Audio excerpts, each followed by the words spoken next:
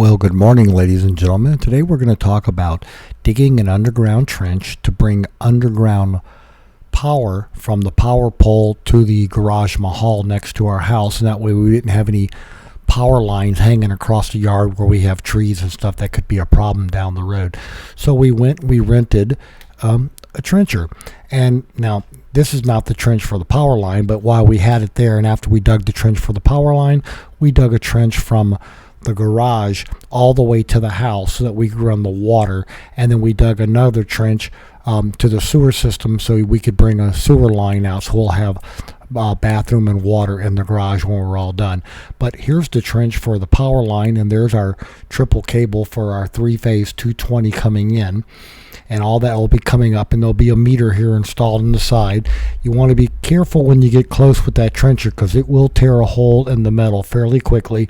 Luckily we had some spare metal to repair that with.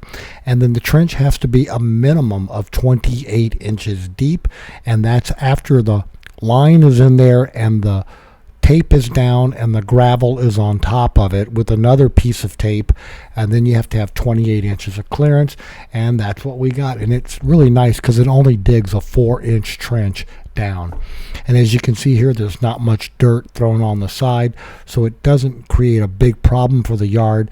With a rake, you can push most of the dirt back in, and then the hole's covered up and you're good to go. A little bit of grass seed in them, and you're not going to notice it in 6 months. But anyway, there were parts that we got down a little deeper than we needed, and that's what we were hoping for because we wanted to be down far enough that we had a level. We don't want to be right on the edge because they come out to measure it for code. You don't want to get failed and have to go rent all that and redig it and take it all back up and redig it down and do it all again.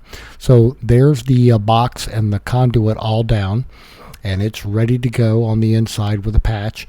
We're just waiting on the electrician to come out to hook it all up for us. And then here's the copper line that comes out. It's sweated and goes all the way into the house. And then we have a spot where we have a valve underneath the bathroom where we can supply power to it, not hooked up yet. And then there's the sewer line that will also be coming out, making a left-hand turn there and going to the septic system.